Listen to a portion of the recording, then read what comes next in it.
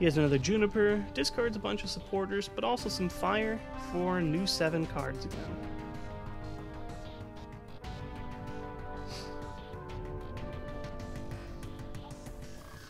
And off those cards, it looks like he has a lot of resources, a lot of Pokemon Communication and Junk Arm, but it didn't look like he had another Pokemon to put into his deck with the Communications. If he does have a Pokemon, he can get out a Ninetales, he can get out more Typhlosion, but unfortunately it looks like he missed on that stuff. So he thinks about afterburnering, and now because he doesn't have a Reshiram down, he can really only put that on Typhlosions. Definitely not a terrible attacker, but not nearly as optimal as attacking with the ReshiPhlosion, or the Reshirams themselves. So he puts one on his Typhlosion.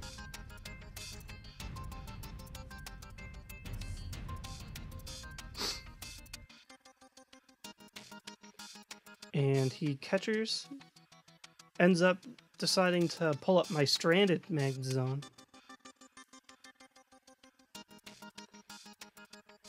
And he decides to do the blue flare, hit me for 120 damage. So now that Magnezone is an easy prize if I ever do get it to the bench. If I don't, he's stranded, and he's an easy prize right there. So at this point, I play Twins. It lets me get 2 cards from my deck when I am down in prizes, which I am right now. Normally I really thank this card to a lot of my comeback wins, but I'm pretty far behind. He's already set up right now for a couple of Typhlosions. He's got the Reshiram. He's already up a few prizes, and it's just not looking very good for me. And it looks like I decide to get a Junk Arm, which lets me get the Switchback that I've discarded earlier, just so I can get rid of that Magnezone. So again, burning down hands so I can draw more cards, and just retreating so I can get anything done.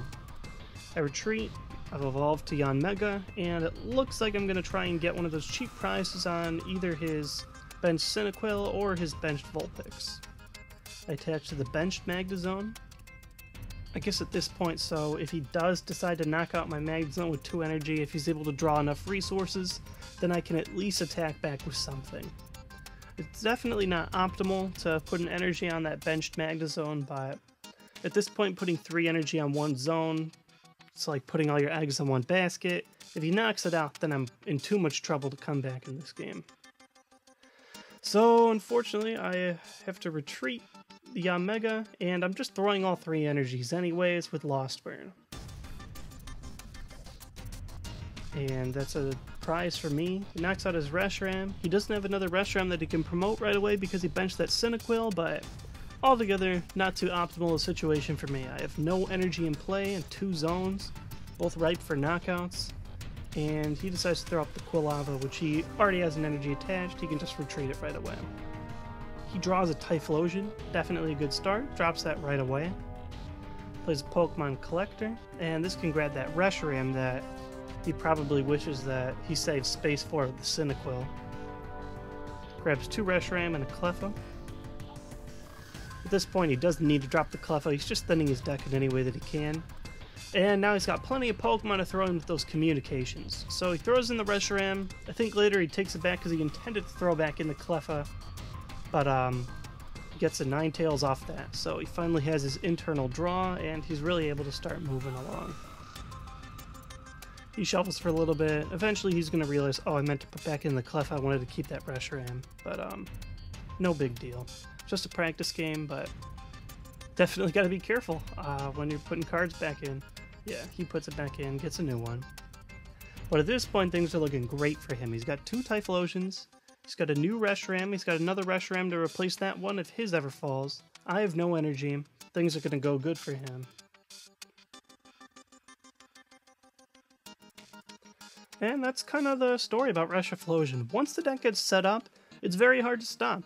You can keep on moving energy from the discard pile to you, so you don't really need to have that great of a hand. Just need to attach 1 from hand every turn and a couple from Typhlosions, and it gets pretty hard to stop. The Typhlosions have 140 HP, the Reshiram has 130 HP, and so it's definitely really hard for me. I'm only doing 50 damage each for each energy that I throw into the Lost Zone with my Magnezone Primes. I have no energy in play right now, so it's going to take me at least 2 turns to even do 100 damage. and I'm pretty much stuck with that lone ZoneMega, taking any desperate prize that I can.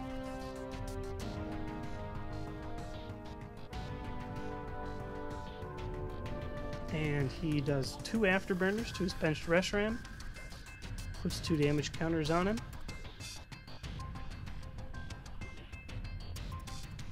And it looks like he's debating whether or not he wants to junk arm, try and play a catcher, take a cheap prize off Cleffa, knock out that benched Magnezone, put some damage on my active Magnezone. He's got a lot of options, and all of them are pretty correct answers. As long as he's doing more damage to me, putting me in a lot more of a pressured situation, then I'm just in trouble in general. And it looks like he decides to do one of those afterburners to the active instead. I'm getting confused at this point. It looks like he changes his mind. Maybe he doesn't realize that he already had the energy attached. He retreats. Does play the junk arm. Doesn't play the junk arm. I guess he just does the outrage here to deal 40 damage. This way, my active Magnezone, which cannot attack no matter what, I need 2 energy attachments, is in range for a knockout. He doesn't waste any energy here. The benched one can be knocked out. The Cleffa can be knocked out. The only thing that can't is ZoneMega, and as soon as I put ZoneMega active, he's open to a blue flare. So I drop a Yanma knowing that ZoneMega is going to be my only way to do anything in this game until I can get a few energy in play. But with 2 damage zones, things are definitely not looking good.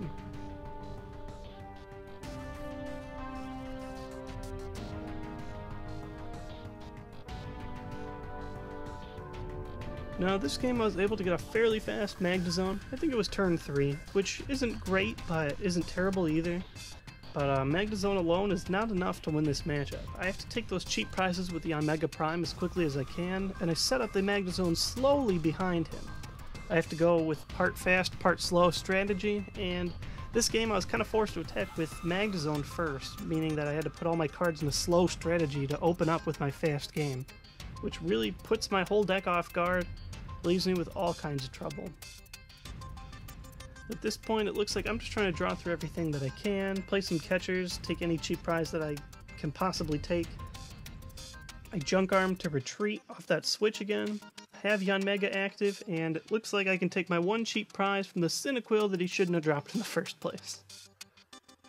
So I magnetic draw to draw a couple of cards.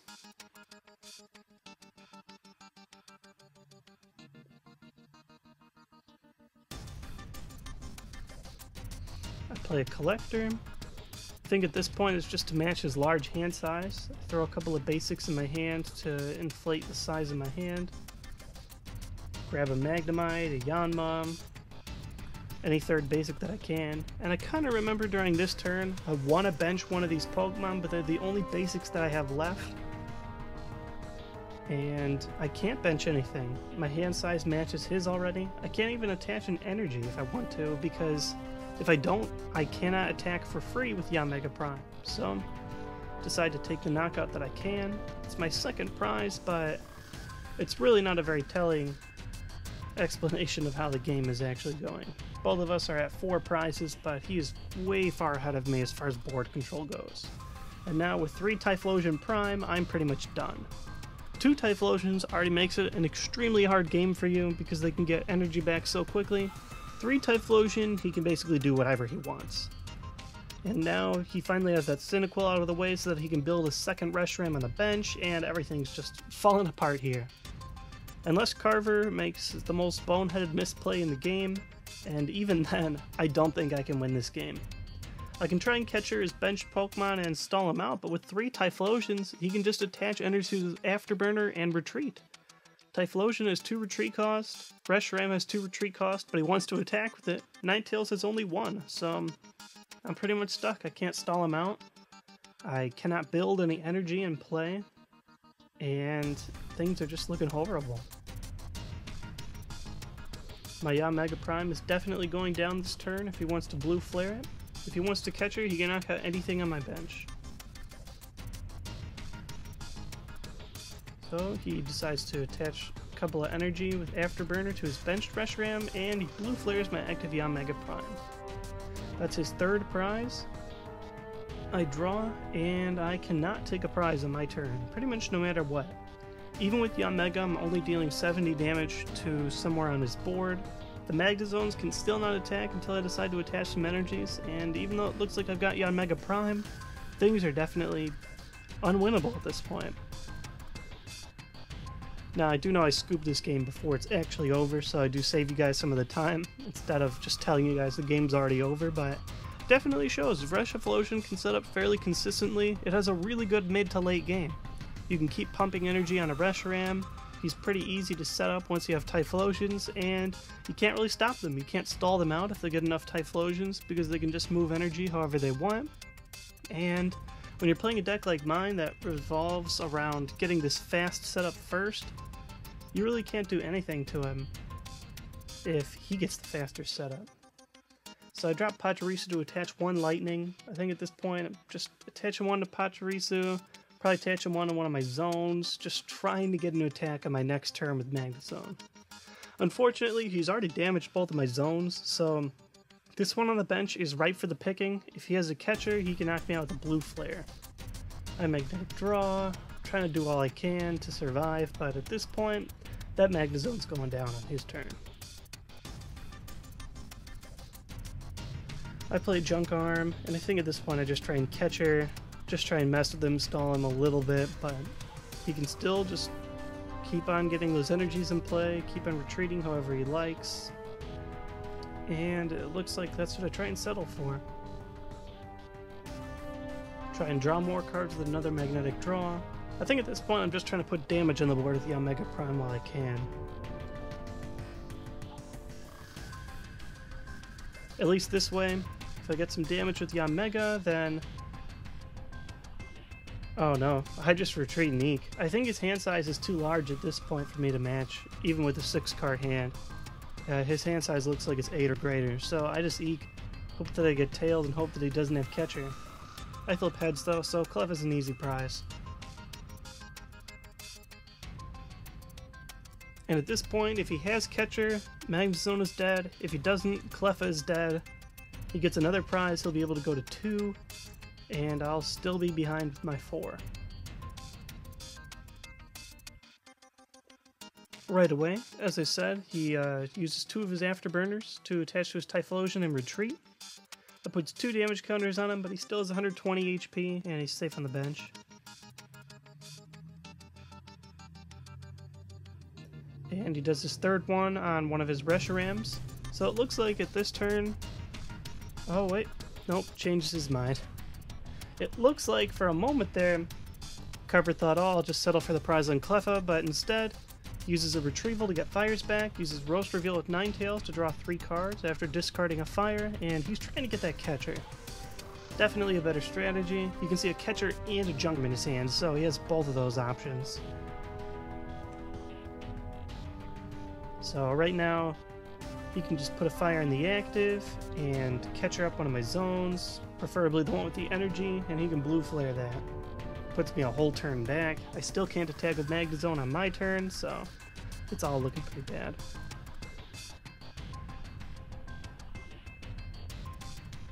I draw.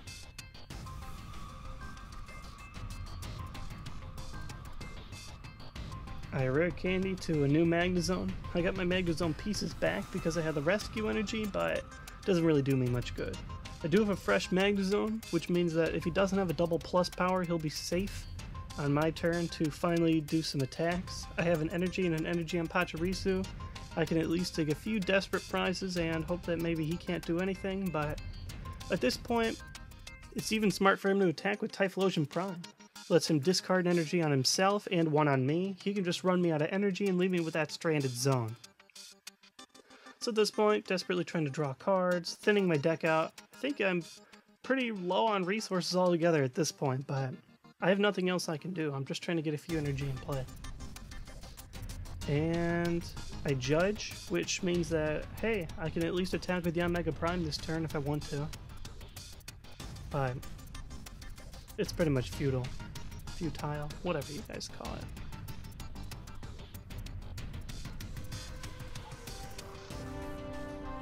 I play my 4, he plays his 4. I'm also hoping that off this judge, he has no way to get a double plus power and a junk arm or a catcher. And that's actually very similar to what I had to do against Tom Dolzel in my game 3 in the top 8 at Worlds. I played a judge, hoped that he had no way to get a double plus power, and unfortunately he was able to get a fire, roast reveal, and he got everything that he needed. And I think that's what's about to happen to me with Carver, but he's going to get a catcher on top of that. So, my Cleffa stays asleep, I have to eke yet again, which is pathetic. I still can't attack. I guess I still decide I don't want to attack the ZoneMega.